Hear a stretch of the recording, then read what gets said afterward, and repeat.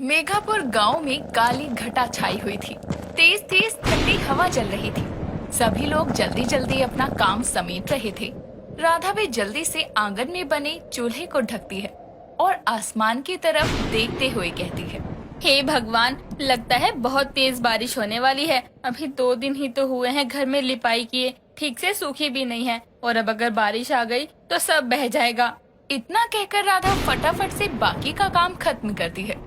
तभी उसकी बेटी सोनिया उसके पास आकर कहती है, माँ देखो ना, बाहर कितने काले बादल छाए हैं। लगता है जोरों की बारिश होने वाली है। मैं तो बारिश के पानी में खूब नहाऊंगी। बेटा, ज्यादा नहीं आएगी तो बीमार हो जाएगी। वैसे भी तुझे सर्दी जल्दी लग जाती है। राधा इतना बोल ही रही थी कि तभी जोर से बादलों के गड़गड़ाने की आवाज आती है और टिप टिप बारिश की बूंदें बरसना शुरू हो जाती है। धीरे धीरे बारिश तेज होती है, जिसे देखकर राधा कहती है, हे भगवान, ये बारिश तो तेज होती जा रही है। हमारा मिट्टी का घर तो बह जाएगा। भगवान, हम गरीबों पर और हमारे मिट्टी के घर पर थोड़ा तो रहम कर। सोनिया बेटा, जल्दी कर, जितना हो सकता है चीजों को ढक दे। हाँ हाँ माँ, ठीक है। पर माँ, वो देखो, वहाँ से पानी टपक रहा है और वहाँ से भी। और वहाँ से आप पानी रोकने के लिए बर्तन रखो, मैं सामान ढकती हूँ। राधा छत से टपकते हुए पानी को घर में फैलने से बचाने के लिए बर्तन रखती है। कुछ देर बाद बारिश रुक जाती है और सोनिया कहती है, माँ देखो, बारिश रुक गई। अब जल्दी ही धूप आ जाएगी। पर हमारे घर का हाल तो बहुत बुरा हो गया। हर तरफ मिट्टी से कीचड़ ही कीचड़ हो गया। हाँ बेटा, क्या करे, अभी 2 दिन पहले ही लिपाई की थी और बादल छाने की वजह से अच्छे से सूखी भी नहीं थी। और आज यहाँ बारिश हो गई। सारी मेहनत पर बारिश फिर गई। अब जब तक धूप नहीं आती तब तक ऐसे ही रहना पड़ेगा। ऐसे ही दिन गुजरते जाते हैं और कुछ दिनों बाद अच्छी खिलखिलाती हुई धूप निकलती है और हर तरफ बारिश की वजह से हुआ कीचड़ सूख जाता है। ऐसे ही एक शाम जब राधा का पति मोहन घर आता है तो राधा उससे कहती है, सुनिए जी, मैं कह रही थी कि छत का कुछ किया जाए। बारिश की वजह से बहुत नुकसान हो जाता है। हाँ जानता हूँ राधा, पर क्या करूँ, इतनी महंगाई में घर का खर्च ही बड़ी मुश्किल से चल पाता है। इस गरीबी में कुछ समझ ही नहीं आता है कि अपने खाने का बंदोबस्त करे या फिर अपने घर को ठीक करे। हर तरफ मुसीबत ही मुसीबत है। कोई बात नहीं राधा, बरसात आने से पहले हम कुछ ना कुछ जरूर कर लेंगे, जिससे कम से कम हमारा मिट्टी का घर बहने से बच जाए। जी ठीक है, चलो आप हाथ मुंह धो लो, मैं खाना लगा देती हूँ। राधा की बात सुनकर मोहन हाथ मुंह धोने चला जाता है और राधा जल्दी से सभी के लिए खाना लगाती है और सभी लोग साथ बैठकर खाना खाते हैं। यूं ही वक्त गुजरता है। बारिशों का मौसम पास आने लगता है। राधा की अपनी मिट्टी के घर को लेकर चिंता बढ़ने लगती है। ऐसे ही एक दिन जहां मोहन मजदूरी का काम किया करता था, वहां उसे सीमेंट के खाली कट्टे नजर आते हैं। तभी वो अपने ठेकेदार विनोद के पास जाकर कहता है, ठेकेदार साहब, आपसे कुछ बात करनी थी। हाँ बोलो मोहन, क्या हुआ? साहब, यहाँ पर सीमेंट के बहुत सारे खाली कट्टे पड़े हुए हैं, क्या मैं उनको घर ले जा सकता हूँ? पर तुम उसका क्या करोगे? साहब, आप तो जानते ही हैं कि मैं एक गरीब हूँ और मेरे पास कोई पक्का घर नहीं है। एक छोटा सा मिट्टी का घर है बस। बारिश का मौसम आने वाला है, बस अपने घर को बहने से बचाने के लिए चाहिए। ठीक है मोहन, ऐसी बात है तो ले जाओ। पर देख लेना, ये सब सही हालत में नहीं है। कुछ बीच बीच में से फटे भी हुए हैं। कोई बात नहीं साहब, वो सब तो मैं देख लूंगा। ठीक है मोहन, ले जाओ, मुझे कोई दिक्कत नहीं है।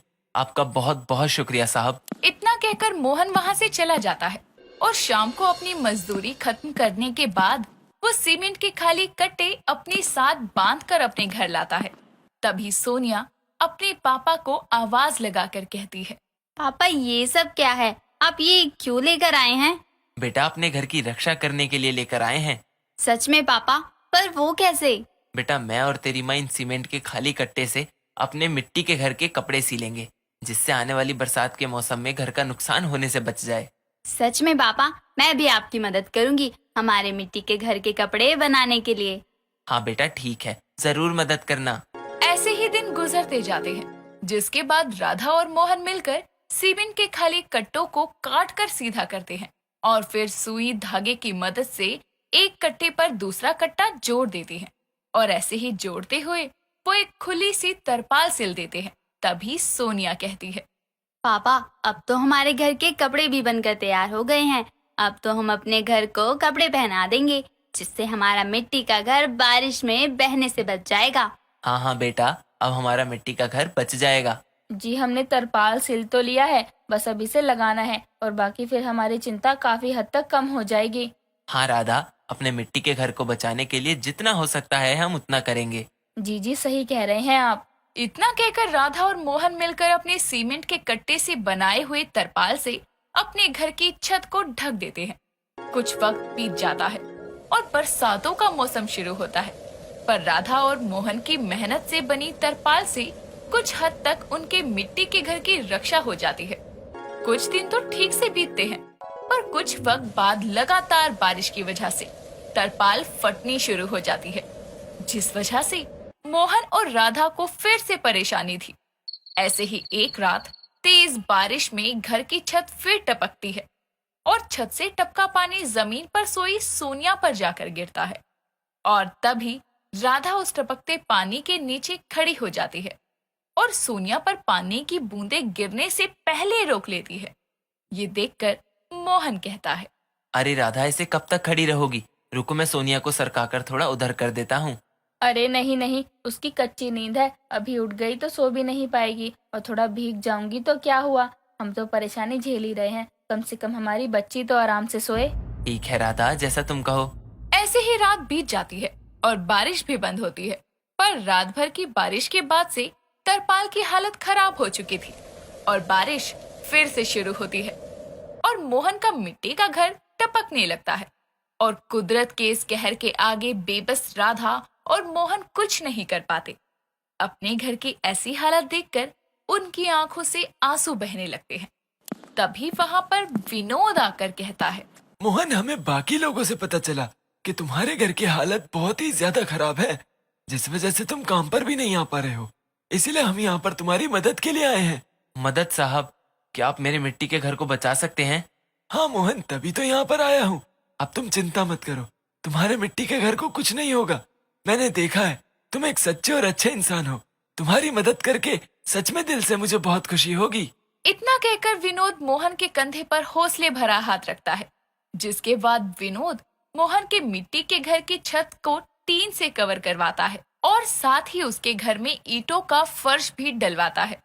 राधा और मोहन दोनों मिलकर विनोद का हाथ जोड़कर शुक्रिया करते हैं और अब बारिश आने पर मोहन के घर की छत नहीं टपकती और ना ही घर में कीचड़ होता और मिट्टी के घर में बरसात की रात आराम से गुजरने लगती।